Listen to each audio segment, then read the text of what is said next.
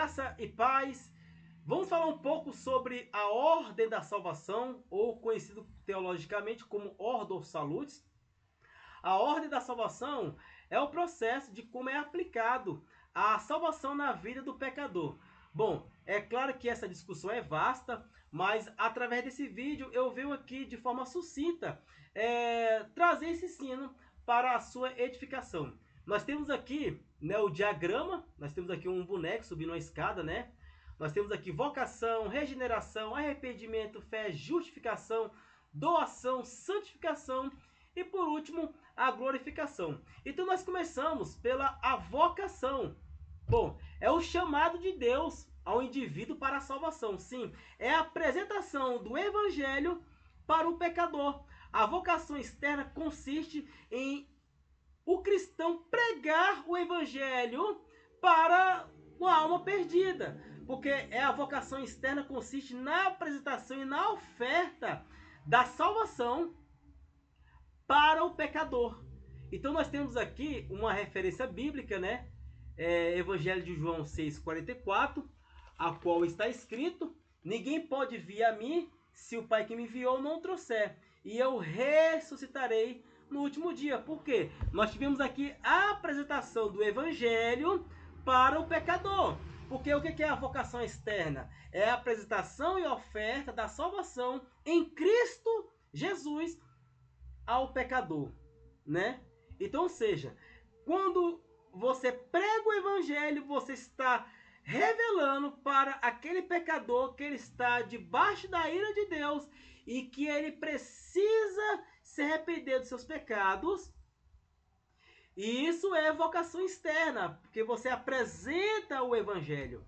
Bom, e nessa apresentação do evangelho, nós temos que entender que é Deus que chama o pecador para o arrependimento. O Espírito Santo de Deus aplica essa salvação na vida do pecador. Nós temos aqui 1 Coríntios capítulo 9, ou capítulo 1, versículo 9, está escrito assim: fiel é Deus pelo qual foste chamado para a comunhão de seu Filho Jesus Cristo nosso Senhor, né? Fiel é Deus pelo qual foste chamados para a comunhão de seu Filho, ou seja, Deus nos chamou e te chamou e chama o pecador, né, para uma vida de arrependimento. Fato é que é o Espírito Santo que aplica, convence o homem, né, mostra para o homem a sua situação pecaminosa, que ele está debaixo da ira de Deus. Ele é inimigo de Deus. Então, na vocação externa, consiste em você apresentar para o pecador a salvação através de Cristo Jesus. É por isso que na vocação externa nós temos que pregar o evangelho, não ficar orando em foto, em camisa. Isso não tem eficácia. O que tem eficácia é você pregar o evangelho, verbalizar, ensinar, mostrar para o pecador que ele está numa situação terrível, não está justificado, não está perdoado, precisa de perdão.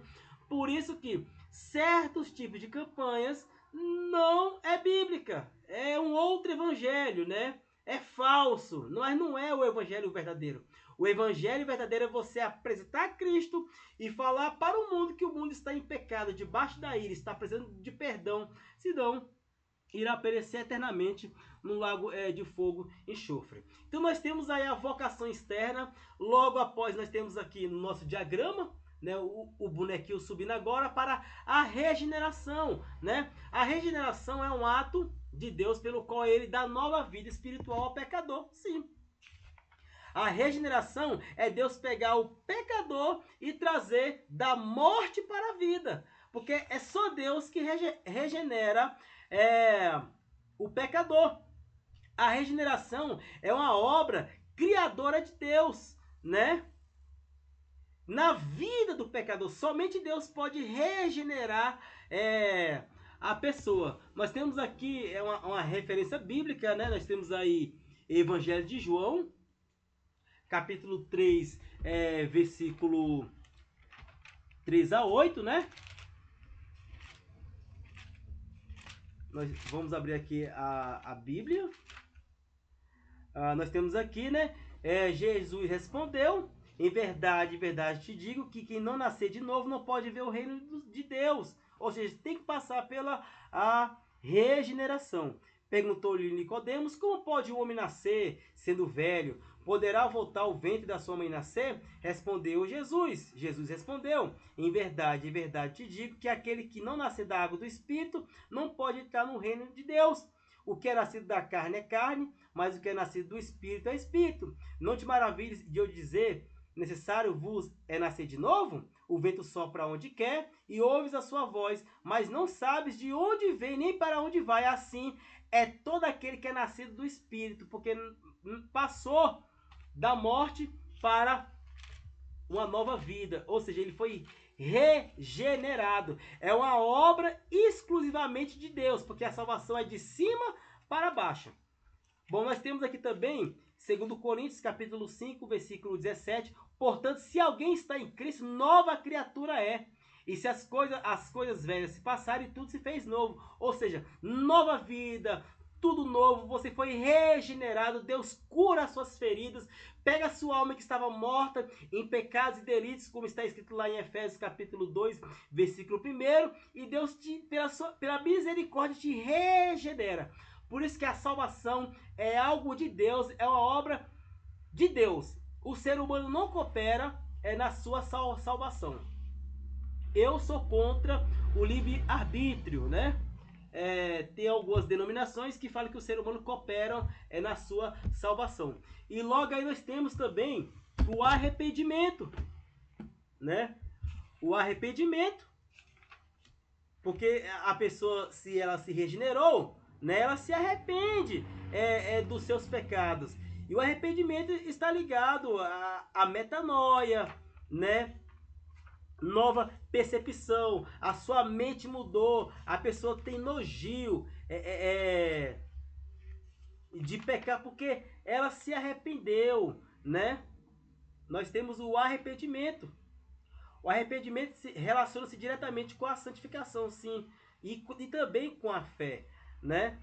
Então nós temos aí o arrependimento, que envolve a vida da pessoa, a vida intelectual da pessoa, porque a pessoa muda de vida, ela se arrepende, ela não quer mais pecar, porque ela foi regenerada, ela recebeu o evangelho. Bom, muitos falam o seguinte, muitos me questionam como eu sou calvinista, muitas pessoas me questionam, se Deus já elegeu e predestinou, então eu posso pecar? Não. Se Deus elegeu e predestinou, né, e você se arrependeu, então você não vai pecar, porque agora você está o quê? Justificado, santificado. É claro que aqui nós temos aqui um diagrama, é só para que você venha entender como esse processo ocorre na vida do ser humano, como é aplicada a salvação.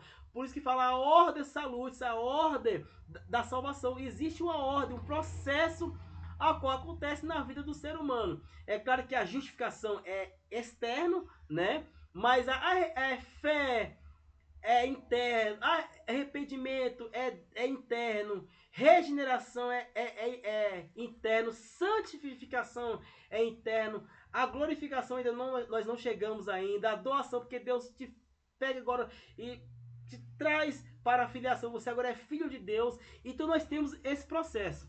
Então o arrependimento é isso. Se você é eleito, é claro que nós não temos aqui a eleição e nem predestinação, mas se Deus elegeu e te predestinou, você vai se arrepender, você não vai viver pecando igual muitos afirmam aí, sem conhecimento da doutrina da eleição, e às vezes até para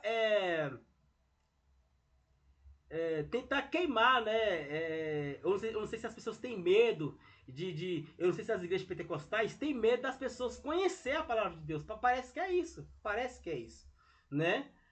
Quando se fala em eleição e predestinação, parece um bicho de 7 cabeças, entendeu? E eu vejo que muitos líderes religiosos têm medo de ensinar suas ovelhas, que é uma doutrina bíblica. Eleição e predestinação é a doutrina bíblica e ponto, né? Questiona-se como se Deus elegeu, né? Se foi a eleição devido à sua soberania e o decreto, ou se foi pela sua presciência, mas Deus elegeu e predestinou um povo para si. Então nós temos aí o arrependimento, né? esse arrependimento relaciona diretamente com a santidade, porque se a pessoa se arrepende, ela vai agora se santificar, por mais que a santificação está lá em cima, um pouco abaixo da glorificação, mas está tudo relacionado. Fé, regeneração é algo instantâneo na vida do ser humano, mas tem a sua ordem, é quase que imperceptível, mas é algo que nós não percebemos, mas acontece na vida do ser humano. Bom, nós temos agora a fé, né? A fé, pessoal, é algo, é um dom, né? Nós temos aí Efésios 2, versículo 8 ou 9, né? Estarei aqui fazendo a leitura.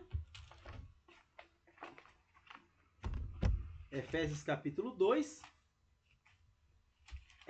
versículo 8 e 9. Pois pela graça que sois salvos por meio da fé, isso não vem de vós, mas é um dom de Deus, não das obras para que ninguém se glorie, pois somos feitura sua, criados em Cristo Jesus, para as boas obras, os quais Deus preparou para que andássemos nelas. Então a fé é um pacote que vem junto com a graça, porque é um dom de Deus.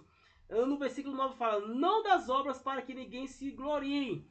Então a fé é um dom de Deus, Deus dá para aqueles que ele elegeu e predestinou. A fé salvífica, a fé na cruz. Não é uma fé sem direção, mas uma fé que leva a pessoa a entender que ele depende da cruz. É essa fé que Paulo está falando, que faz o ser humano tornar-se dependente dos méritos da cruz de Cristo. Essa é a verdadeira fé, porque existe fé para tudo. Mas a fé que é uma fé que leva a pessoa a reconhecer o seu estágio pecaminoso, e a pessoa entende que depende da cruz de Cristo para a sua salvação. E nós temos agora aí a justificação, né? Logo aqui embaixo, nós temos aqui a justificação. Bom, a justificação é um ato de Deus declarar o pecador justo com base na fé de Cristo. Sim, Deus não nos tornou justo, Ele nos declara justo. Porque não há justiça suficiente do ser humano. Você tem pecado até hoje, você foi justificado, mas nós somos pecadores justificados. Deus nos declara justo com base na justiça de Cristo. Você não se tornou justo por si só, né? E também Deus não te declarou justo, mas Ele Ele não te tornou justo, mas Ele te declara justo. Perdão, Ele te declarou justo. Então, a justificação é um ato. Exemplo, a santificação é um processo. A justificação é um ato que foi feito na cruz de Cristo. Deus te justificou. Porque é ali que nós somos o quê? Perdoados, né? O termo para justificação ou justiça no Antigo Testamento, e hebraico, e tzadik, né? Tzadik. E no grego, tikaió, estou lendo aqui. Então, a justificação isso é um ato judicial de Deus, no qual ele declara, com base na justiça de Jesus Cristo, que todas as reivindicações da lei são satisfeitas com vista ao pecador. Sim, porque Deus Pai exigia da gente perfeição, nós não somos perfeitos, a lei, nós éramos violadores da lei e nós tínhamos culpa, então Jesus, que foi o nosso substituto, não imputando sobre a gente a condenação eterna, recai sobre ele, ele remove a culpa, nos justifica, nos perdoando uma vez por toda, a fim de que nós não venhamos perder a salvação, e somos justificados pela fé, né? Por isso que fala que nenhuma condenação há para aqueles que estão em Cristo Jesus. Não há condenação, porque eu fui justificado. Nós somos pecadores justificados. Aqui em Romanos capítulo 5, no versículo 1 está escrito, né?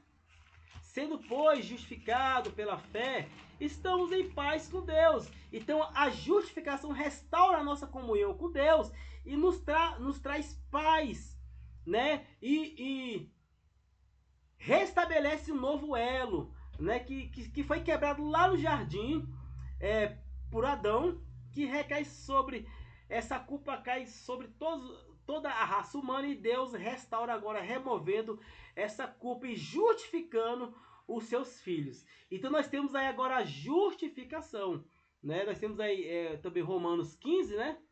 Romanos 8, versículo 15 e 17, está escrito, pois não... Perdão, Romanos 3, 24, 28, né? Eu estava lendo embaixo. Romanos 3, 24 ao 28 e Gálatas 2, 16. Então, a justificação é isso. Aqui em Gálatas 2,16 está escrito: sabemos que o homem não é justificado pelas obras da lei, mas pela fé em Jesus Cristo. Aqui claro, Paulo combatendo os judaizantes, né? Porque eles pensavam que era justificado pelas obras. Então, obra nenhuma salva o ser humano. É graça, fé. Graça e fé. Graça. Né? Graça. Deus, ele nos deu graça. Favor imerecido. Se ele reivindicasse alguma coisa, nós estaríamos fulminados. Então Deus nos justificou. Aí nós temos aí agora a santificação, que é um processo, sim. A justificação é um ato que é externo, e a santificação é interno. Nós temos que nos santificar, mas Deus santifica a nossa alma. E agora nós cooperamos também nessa santificação. Na santificação nós somos ativos. Na justificação nós somos passivos. Nós não cooperamos na justificação. Nós recebemos essa justificação, mas na santificação, o Espírito Santo começa a santificar a nossa alma e nós cooperamos nessa santificação. Nós lemos a palavra de Deus, nós oramos, fugimos da aparência do mal, se abstemos das más condutas, dos pecados voluntários e nos santificamos. Essa é a santificação. Nós temos aí, né, algumas referências bíblicas. Então esse processo da santificação nós vamos praticar até o último suspiro de vida. Então nós temos aí a santificação, ela é interna. A justificação é externa. A santificação é um processo, a justificação é um ato que Deus fez. O ser humano não se pode se justificar, né? Então não existe salvação no ser humano, a salvação está em Deus. Não é nas obras, não é naquilo que você faz, está em Deus. E a santificação é porque você está salvo. Você se santifica não para se salvar, porque você já recebeu a salvação pela graça. Né? Você expressou fé, Deus te deu o dom da fé, você expressou fé, foi regenerado, se arrepende, é justificado e começa a se santificar. E o último estágio aí, igreja, é a glorificação, que é a etapa final que vai acontecer no arrebatamento. Né? Nós temos aí referências bíblicas, né? Romanos capítulo 8 e 1 Coríntios 15, 51, a qual eu estarei fazendo a leitura. Então nós temos aqui 1 Coríntios capítulo 15, versículo 51. Eis que eu vos digo um mistério, na verdade nem todos dormiremos, mas todos seremos transformados, ou seja, a glorificação. No momento, no abrir e fechar de olhos, ao soar da última trombeta, pois a trombeta soará e os mortos ressuscitarão, os mortos ressurgirão incorruptíveis e nós seremos transformados. Pois convém que é isso que é corruptível se revista da incorruptibilidade e que é isto que é mortal se revista da imortalidade.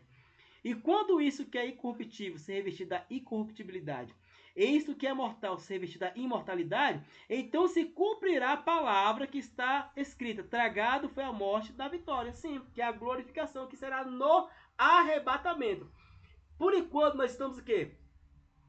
Nós somos santificados, estamos nos santificando, porque nós cooperamos na santificação, nós somos filhos, né? Acho que eu pulei, gente. Nós somos filhos também, a doação, né? Nós somos justificados, perdoados, fé, que é um dom, passamos pelo arrependimento, regeneração, mas tudo isso começou porque nós recebemos o quê? O evangelho, a pregação do evangelho. Então não adianta você fazer campanha de ficar orando em livro dos outros. Ah, vou ler na foto, vou orar na foto, vou orar na camisa. Não. Se a pessoa não receber o evangelho, ela não vai entender, tem que ter entendimento. Tudo começa pela pregação do evangelho. Por isso que Deus falou, ide para todo mundo pregar o evangelho. Ah, se Deus elegeu e predestinou, devemos pregar sim. Nós não sabemos quem Deus elegeu e predestinou, por mais que a eleição e predestinação não está aqui no diagrama, mas Deus elegeu e predestinou. Então nós temos que pregar o evangelho, porque os eleitos e predestinados irão responder à pregação do evangelho. Tem um versículo aqui, em Atos 13, estarei aqui fazendo a leitura. Atos 13, 48, está escrito assim. Olha só. Atos 13, 48. Abra aí a sua Bíblia. Ó. E os gentios, ouvindo isto, alegraram-se e glorificavam a palavra do Senhor, e creram todos que haviam sido destinados ou predestinados para a vida eterna. Ou seja, foi Paulo e Barnabé pregar em uma determinada região, os judeus rejeitaram e eles foram para os gentios. Quando os gentios ouviram a pregação do evangelho, todos aqueles que foram destinados à vida eterna responderam à pregação do evangelho. Então por isso nós temos que pregar. Por mais que Deus elegeu e predestinou, nós não sabemos quem Deus elegeu e predestinou, por isso nós temos que pregar o evangelho.